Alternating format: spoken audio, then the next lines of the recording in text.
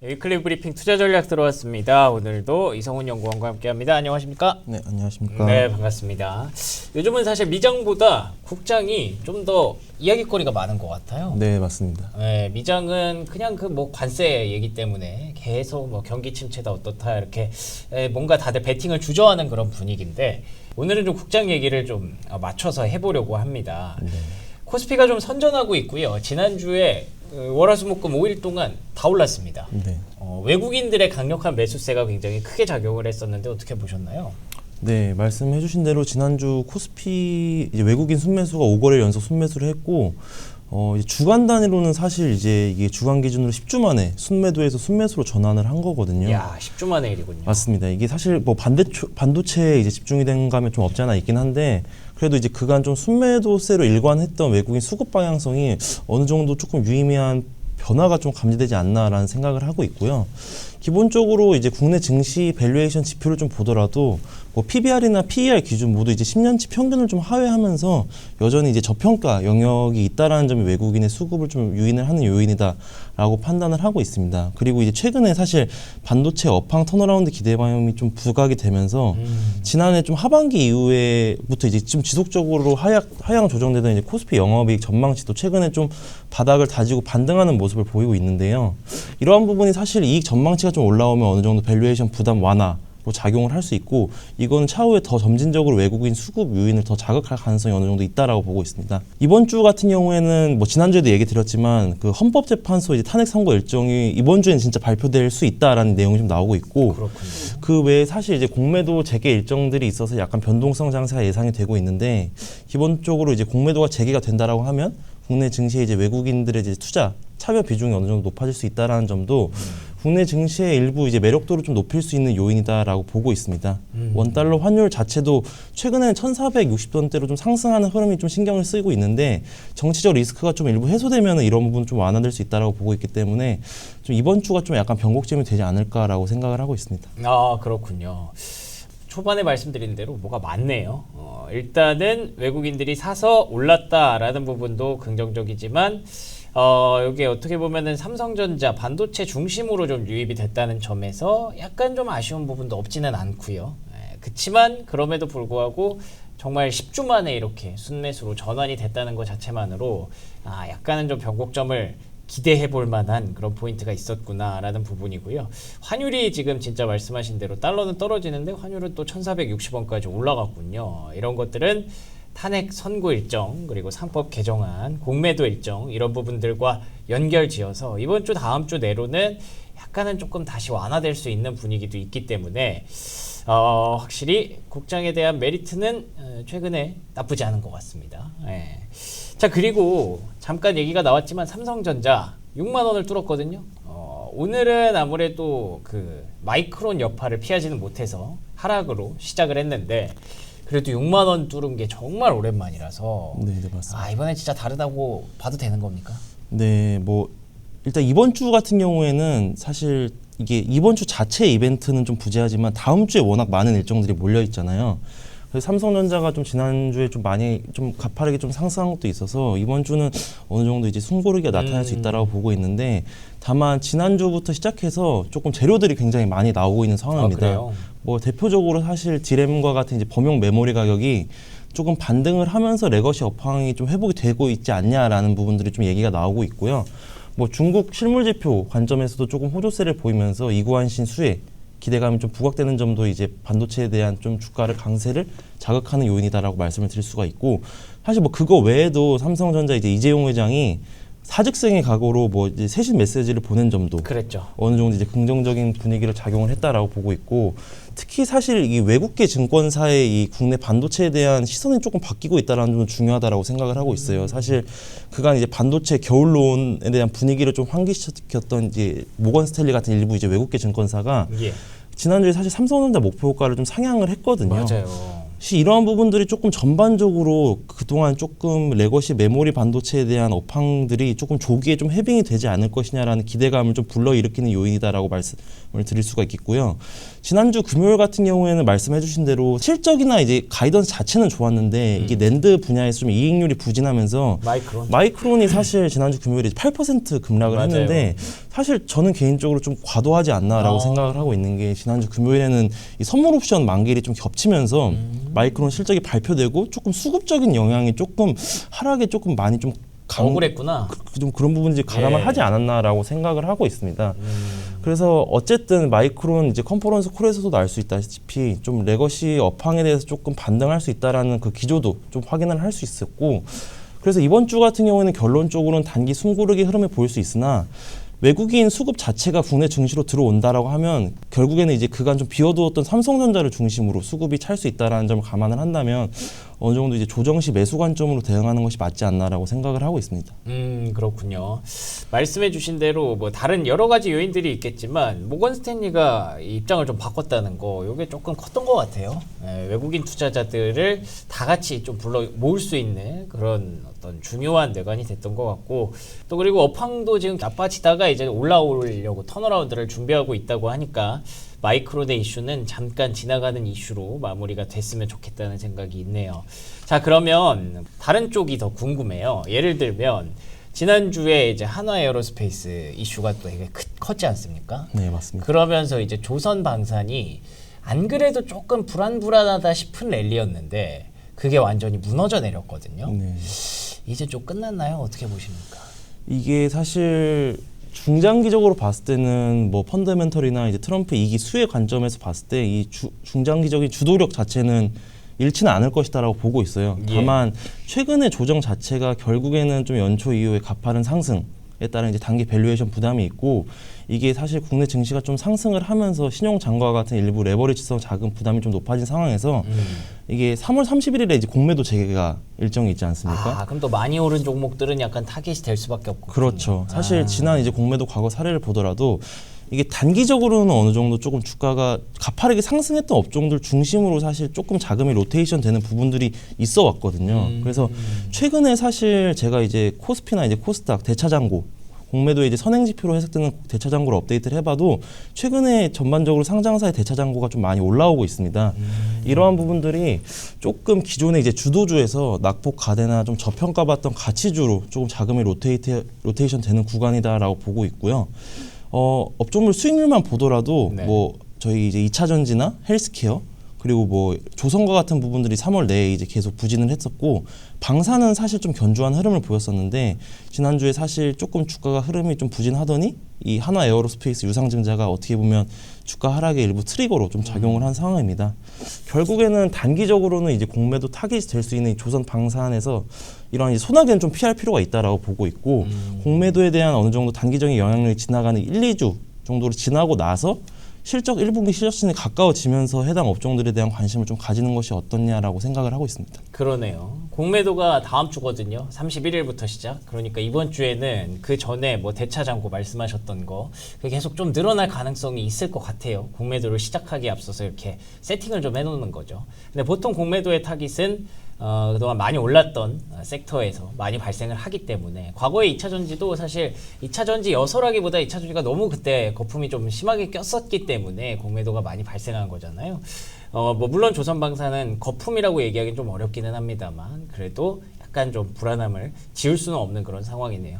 공매도 얘기하면 또 빠질 수 없는 게 바이오인데, 또 지난주에 한화에어로스페이스뿐만 아니라 HLB도 하나의 또 사고가 되지 않았습니까? 네, 오늘은 HLB 괜찮더라고요. 그래서 지난번에 그 거부당했던 그때랑은 조금 다른 분위기긴 한데 어떻게 보십니까? 바이오 쪽은? 바이오는 사실 연초 이후에 이게 업종 단에서의 주가 움직임보다는 개별 종목 단 이슈로 계속 주가가 움직이는 흐름을 나타내고 있어요. 그래서 지난주에 뭐 HLB 그런 이제 FDA 승인 불발, 그 외에도 사실 뭐 알테오전 같은 경우에도 기술 이전 계약을 체결했음에도 주가가 급등했다가 또 계속 반납하는 흐름을 보이고 있거든요. 전반적으로 좀 주요 이제 바이오 종목들의 변동성 자체가 확대된 것도 말씀해주신 대로 어느 정도 공매도 재개를 앞두고 좀 경계감이 좀 반영되고 있는 흐름이 있다라고 보고 있고요. 결국에는 이제 바이오도 앞서 이제 조선, 방산, 뭐 2차 전지와 좀 마찬가지입니다. 단기적으로는 공매도 재개에 따른 이제 변동성 확대는 자유로울 수 없다라고 생각을 하고 있기 때문에 좀 4월 중순 이후에 이제 바이오에 대한 부분들을 조금 보는 것이 맞지 않나라고 생각을 하고 있고, 그렇군요. 탑다운 관점에서 좀 봤을 때는 사실 기본적으로 뭐 미국 이제 베센트 장관 말 좀 빌리면은 네. 결국 미국채 금리 하락을 유도하는 정책을 유도할 가능성이 높다라고 그러네. 보고 있거든요. 네.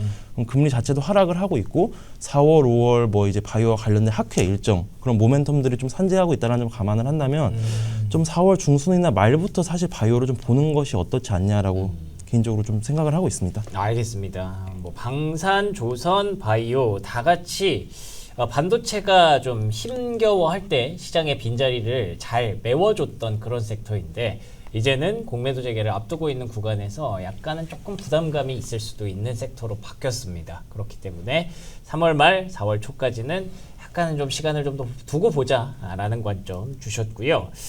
관세 얘기를 이제 좀 안 하고 싶은데 다음 주가 당장 상호 관세라서 안 할 수가 없네요. 트럼프 대통령이 뭐 유연성, 플렉시빌리티 이런 단어를 좀 썼다고 들었는데 뭐 크게 좋은 건 아니죠? 뭐 좋다라고 하기보단 그냥 똑같은 말을 계속 그쵸? 변주해서 네. 하고 있는 것 같습니다. 계속 그러니까 얘기가 돌아요, 계속. 네, 맞습니다. 네, 똑같은 얘기인 것 같은데.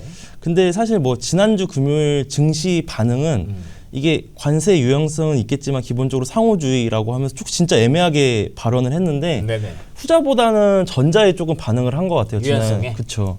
결국에는 또 이제 관세가 협상용이 되지 않을까라는 부분에 증시가 또 반응을 한 그쵸. 건데 계속 돕니다. 네. 다만 결국에는 저도 그 부분에 있어서 동의를 하고 있습니다. 그쵸. 관세가 뭐 이제 국가 간의 이제 보복 관세나 그냥 너 죽고 나 죽자와 같은 이제 강경한 스탠스를 취하기보다는 결국에는 이제 미국 내 제조업 리쇼어링이나 미국 내 이제 그러한 산업을 좀 부흥하는 입장에서 관세를 부과한다라는 게 트럼프의 입장인데 일단 결국 4월 2일에 상호 관세가 이제 부과가 되겠죠. 그럼 이제 국가별로 상호 관세율을 이제 부과를 하는데 이게 사실 물리적인 시간 자체가 조금 부족을 하기 때문에 뭐 비관세 장벽이나 뭐 품목별, 산업별과 같은 모든 관세 정책이 다 일시에 발표가 되지는 않을 것 같아요.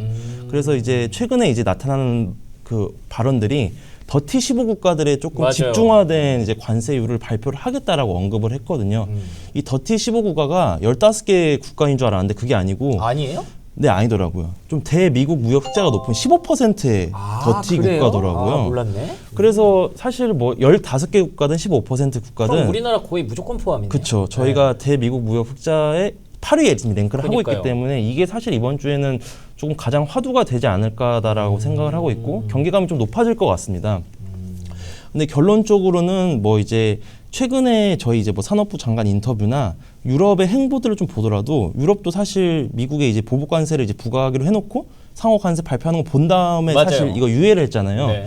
이러한 부분들이 사실 언론에 공개되진 않지만 좀 물밑작업으로 협상이 좀 되고 있지 않나라는 생각을 하고 있고 일단 4월 2일에 조금 증시 입장에서는 조금 최악의 시나리오를 어느 정도는 계속 조금 점진적으로 반영을 했기 때문에 이게 사실 새로운 이슈가 나타나지 않으면은 증시는 일부 좀 불확실성 해소로 작용할 가능성이 어느 정도는 있다라고 보고 있지만 이게 민감도 자체가 조금 5월, 6월 이제 지나면서 조금 낮아지는 그러한 흐름으로 나타나지 않을까라고 생각을 하고 있습니다. 아, 그렇군요.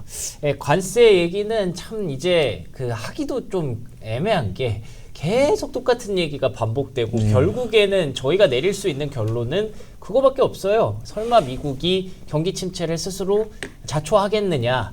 그리고 두 번째는 그럼에도 불구하고 지켜봐야 된다. 이 두 가지 얘기로밖에 귀결이 안 돼서 좀 드리기도 좀 죄송스럽습니다. 질문 드리기도 좀 그렇고요. 근데 어쨌든 이제 진짜 딱 일주일 남은 상황이라서 그때 상황을 조금 더 시나리오를 한 번 더 구체화해보자 라는 관점에서 말씀을 좀 드렸고요. 4월 2일에 완벽하게 불확실성이 해소되지는 않을 것 같아요. 그래도 앞으로도 계속 관세는 우리가 짊어지고 가야 할 어떻게 보면은 모래주머니 같은 거죠. 앞으로 어떻게 현명하게 해결을 해내는지가 훨씬 더 중요하겠다는 생각이 듭니다. 자, 그래서 우리가 좀 노리고 있는 것 중에 하나가 이번 주에 알래스카 주지사가 오지 않습니까? 그러면 거기서 뭔가 협상 카드를 좀 맞춰보자라는 얘기가 있던데 여기서 혹시 우리가 뭐 수혜볼 만한 게 있을까요? 네, 사실 말씀해주신 대로 그 알래스카 주지사가 24일, 25일에 이제 방한할 예정이다라고 되어 있고 네. 사실 기본적으로 트럼프는 이제 에너지 안보를 중시하고 이 그렇죠. 에너지 잠보의 핵심 에너지원으로서 LNG, 이 천연가스를 강조를 하고 있는 상황입니다. 근데 사실 그 이전에도 이제 트럼프 1기 때도 이 알래스카 LNG 프로젝트를 시도를 하려고 했었는데 네.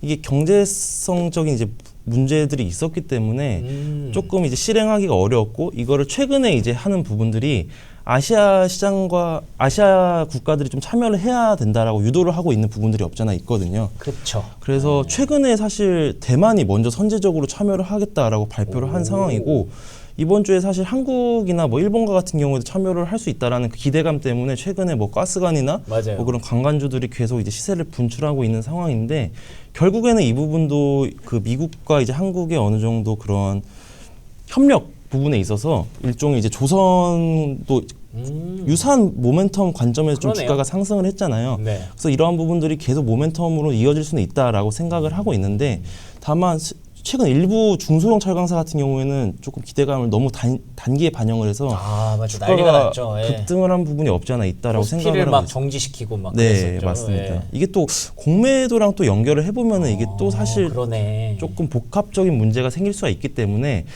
실제로 이제 한국이 이 프로젝트에 최종 참여하기로 확정을 하면은 또 이게 세론으로 반영을 할 수가 있기 그럴 때문에 수도 있겠죠. 좀 트레이딩 관점에서 접근하는 것이 괜찮다라고 생각을 하고 있고요. 다만 지속적으로 좀 모니터링 할 만한 이슈인 것은 분명하다라고 생각을 하고 있습니다. 알겠습니다. 어떤 얘기가 나오는지, 과연 계약 조건은 또 어떻게 되는지, 그리고 만약에 이걸 우리가 받는다고 했을 때 약간 좀 손해를 볼 수도 있을 것 같은데, 그럼 우리가 어떤 카드로 좀 미국이랑 관세 우려를 줄여줄지, 이런 것들이 이번 주에 중요한 또 포인트 중에 하나가 될 것 같네요. 자, 그러면 이번 주 일정 한번 정리해 보면서 이번 주 투자 전략 마지막으로 한번 짚어볼까요? 네. 이번 주는 사실 관세나 뭐 그런 부분들 발언에 더 변동성 장세가 예상이 되고 있는데 네. 그럼에도 불구하고 좀 주요 매크로 지표들이 있습니다. 일단 금요일에 이 PCE 물가 네. 여전히 항상 인플레이션 관점에서는 주목을 해볼 만한 지표이고요. 네. 그리고 사실 이러한 이제 하드 데이터 외에도 이 소프트 데이터 관점에서 이 서베이 지표인 미시간대 소비자 신뢰 지수 이 부분도 좀 확인을 해볼 필요가 있다라고 생각을 하고 있고 그리고 지난주에 이제 FOMC가 끝나고 연준 위원들의 이제 블랙아웃 기간들이 끝났습니다. 그럼 FOMC에서 이제 어느 정도 스탠스는 확인할 수 있었는데 개별 연준 위원들의 발언이나 이러한 부분들은 이번 주에 사실 확인을 할 수가 있거든요. 그러네요. 그래서 개별 연준 위원들의 발언도 조금 지켜볼 필요가 있다. 뭐 이 정도로 봐주시면 될 것 같습니다. 알겠습니다. 이번 주는 그냥 쉽게 말하면 관세 부과 전주네요. 그냥 네. 그냥 쭉 이렇게 흘러갈 것 같고 주말로 갈수록 이제 PC랑 미시간대 데이터 나오기 때문에 이 데이터에 의해서 또 움직임이 한번 관측이 되지 않을까. 관세 얘기를 하면 할 얘기는 없는데 어쩔 수 없이 시간이 정해져 있으니 계속 기다려야 하는 그런 지루한 장세가 이번 주에도 좀 펼쳐지지 않을까 싶습니다. 그래도 또 국장에서는 여러 가지 일들이 일어나니까 그런 이슈들 열심히 좀 정리하다 보면 또 힌트를 찾을 수 있겠죠. 자, 이성훈 연구원과 함께한 시간 여기서 마무리 짓도록 하겠습니다. 오늘 좋은 말씀 고맙습니다. 감사합니다.